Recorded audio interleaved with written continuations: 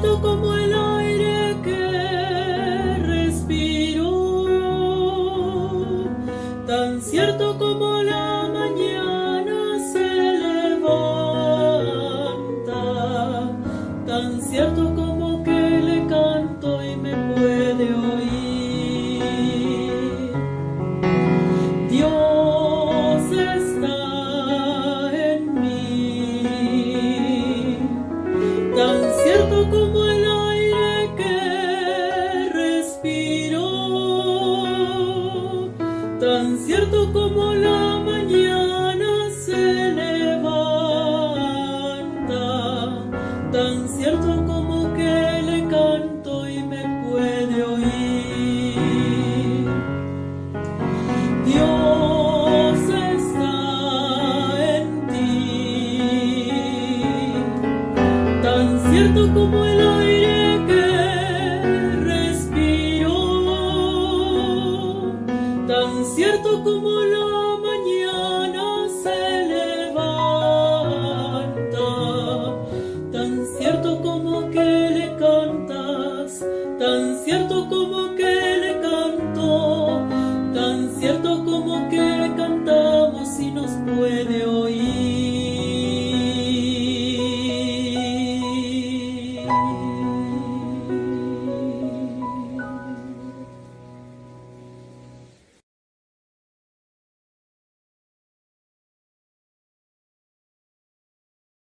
Te alabaré por lo que has hecho hoy, te alabaré por todo lo que harás, te alabaré por lo que has hecho hoy, te alabaré por todo lo que harás.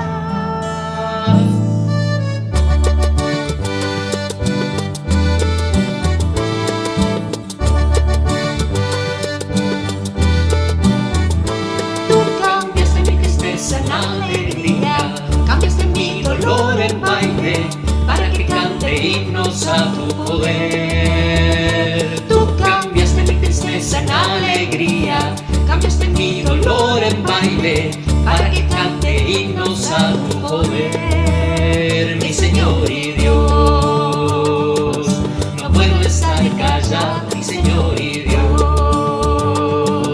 Yo siempre te alabaré, mi Señor y Dios. No puedo estar callado, mi Señor y Dios. Yo siempre te alabaré. Tú cambiaste mi tristeza en alegría, cambiaste mi dolor en baile, para que cante himnos a tu poder. Tú cambiaste mi tristeza en alegría, cambiaste mi dolor en baile, para que cante himnos a tu poder. Mi Señor y Dios, no puedo estar callado, mi Señor y Dios. Yo siempre te alabaré, mi Señor y Dios. No puedo estar callado, mi Señor y Dios. Yo siempre te alabaré, te alabaré, te alabaré, te alabaré, te alabaré, te alabaré, te alabaré.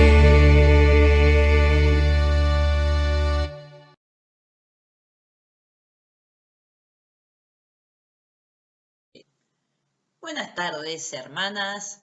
Una alegría volver a encontrarnos. Hoy vamos a pensar sobre la mirada de Jesús. ¿Cómo sería la mirada de Jesús? ¿Cómo serían sus ojos? ¿De qué color serían? ¿Alguna vez se los preguntaron? Los podemos imaginar si vemos a la gente de la misma zona donde él vivió. Personalmente me los imagino ojos oscuros, profundos, muy diferentes de los que nos muestran algunas películas. Vamos a buscar la mirada de Jesús en algunos pasajes. Voy a leer en el Evangelio según Marcos, capítulo 12, desde el versículo 41 hasta el 44, nos dice: Jesús estaba una vez sentado frente a los cofres de las ofrendas. mirando cómo la gente echaba dinero en ellos. Muchos ricos echaban mucho dinero. En esto llegó una viuda pobre y echó en uno de los cofres 2 moneditas de cobre de muy poco valor. Entonces Jesús llamó a sus discípulos y les dijo: les aseguro que esta viuda pobre ha dado más que todos los otros que echan dinero en los cofres. Pues todos dan de lo que les sobra, pero ella en su pobreza ha dado todo lo que tenía para vivir.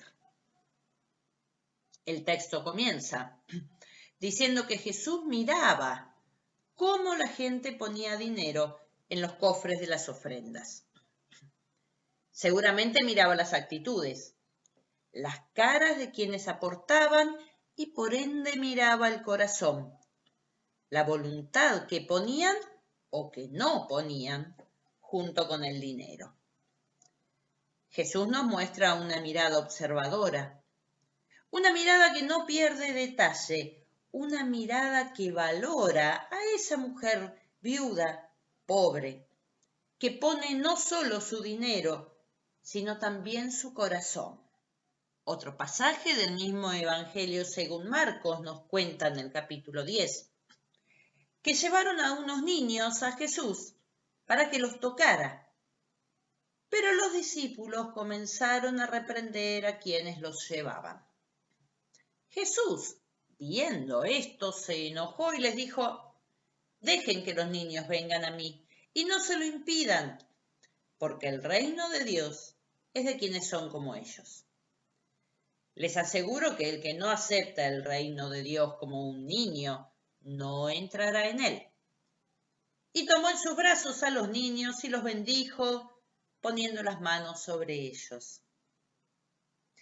Jesús ve en el versículo 13 y reacciona en el 14, ve a sus propios discípulos impedir que los niños, que las niñas se acerquen a él. ¿Cómo habrá mirado a los discípulos? ¿Con tristeza porque había algo de su amor que no habían entendido? ¿O bien había algo que no alcanzaban a comprender completamente? El texto dice que se enojó. Imagino una mirada seca, de esas que no dejan dudas de que implican un reto. Y a su vez, ¿cómo habrá mirado a los niños y a las niñas que después toma en sus brazos y bendice poniéndole las manos sobre ellos? Acá imagino una mirada tierna, como pidiendo perdón por lo que sus propios discípulos habían hecho. Una mirada que los hiciera sentir valorados, que los hiciera sentir sujetos y no cosas como las que no se cuentan cuando se cuenta a las personas. Imagino una mirada cómplice, como diciendo: siempre podés contar conmigo, acá estoy, siempre estoy cerca tuyo.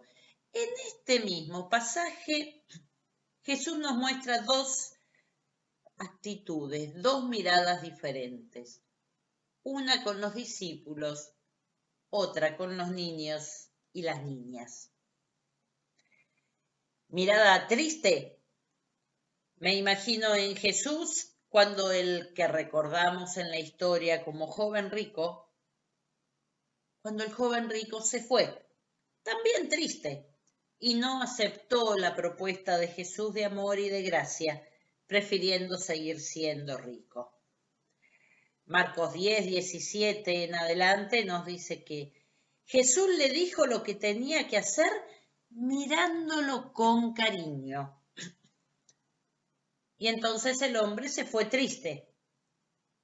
Y Jesús pasa su mirada a los discípulos, con quienes continúa su viaje.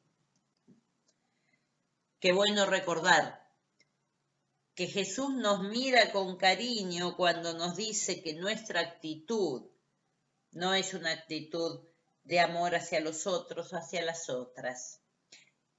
Que cuando Jesús nos dice lo que espera de nosotros, lo hace mirándonos con cariño, como hizo con este joven rico, antes de que este hombre le diga que prefería seguir siendo rico.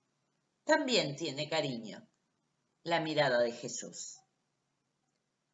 La mirada de Jesús, en algunos casos, marca que hay que cambiar el centro de atención. Cambiamos de Evangelio según Juan, capítulo 8. Nos cuenta que le habían traído una mujer encontrada en adulterio, a quien iban a apedrear. Versículos 5 y 6 nos dice que los maestros de la ley y los fariseos que le habían llevado a esta mujer a Jesús le dicen: en la ley Moisés nos ordenó que se matara a pedradas a esta clase de mujeres. ¿Tú qué dices? Ellos preguntaron esto para ponerlo a prueba y tener así de qué acusarlo. Pero Jesús se inclinó y comenzó a escribir en la tierra con el dedo. Creo que con esa mirada, lo que hace Jesús es cambiar el centro de atención, sacando a la mujer del centro, sacando incluso a la situación del adulterio en sí, no porque no fuera grave, sino que la vida humana siempre es más importante. Sacando a la situación del adulterio en sí del centro porque ni siquiera pregunta dónde está el hombre, cuando la ley en realidad marcaba castigo para los dos en el Levítico y en el Deuteronomio. Y pone en el centro la frase recordada: aquel de ustedes que no tenga pecado, que le tire la primera piedra. Saca del centro a la mujer que está siendo juzgada y pone en el centro la actitud de los que juzgaban. La mirada de Jesús es capaz de cambiar el centro de atención. La mirada de Jesús centra lo importante. Cuando los hombres se fueron y Jesús quedó solo con la mujer, nos cuenta el Evangelio que se enderezó, le preguntó dónde estaban, si ninguno la había condenado, y entonces después le dijo: tampoco yo te condeno, ahora vete y no vuelvas a pecar. La mirada de Jesús, mirada de nuevas oportunidades. La mirada de Jesús, mirada compasiva y de misericordia frente a esta mujer. Y la última mirada de Jesús a la que me voy a referir hoy, aunque hay tantas y tantas más, es la que aparece en Mateo 9. Mateo capítulo 9, versículo 9 también.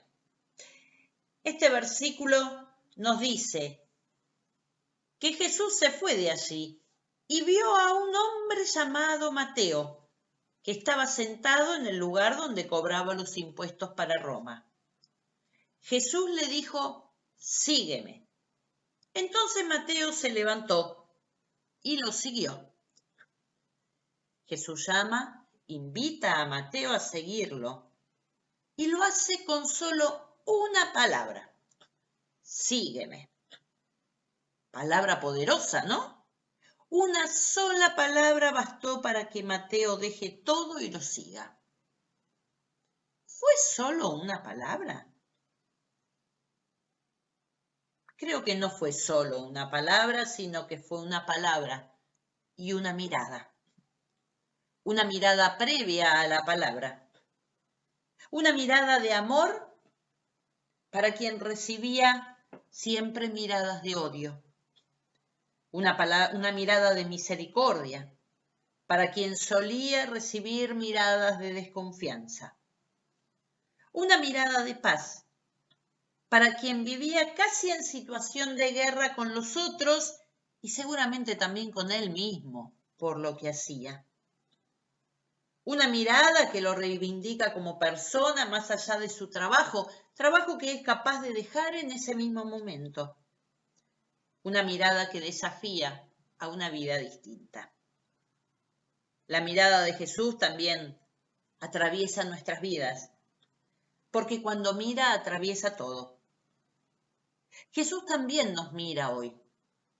Por eso, les quiero compartir algunas palabras retomadas de lo que dijo el Papa Francisco hace como 6 años en una visita a Cuba. Dejémonos mirar por Jesús. Dejemos que su mirada recorra nuestras calles. Dejemos que su mirada nos devuelva la alegría, la esperanza, el gozo de la vida. Su amor cura nuestras miopías y nos estimula a mirar más allá, a no quedarnos en las apariencias o en lo políticamente correcto.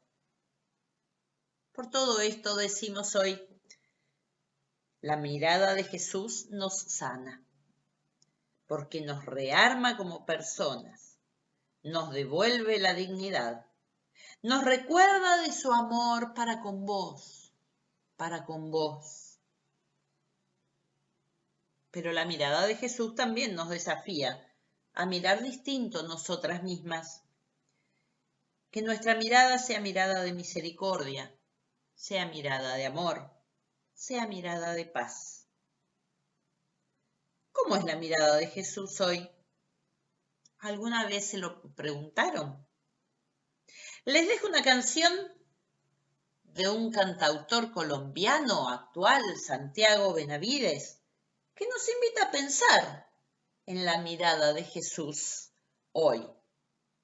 Nosotras, ¿dónde encontramos la mirada de Jesús hoy?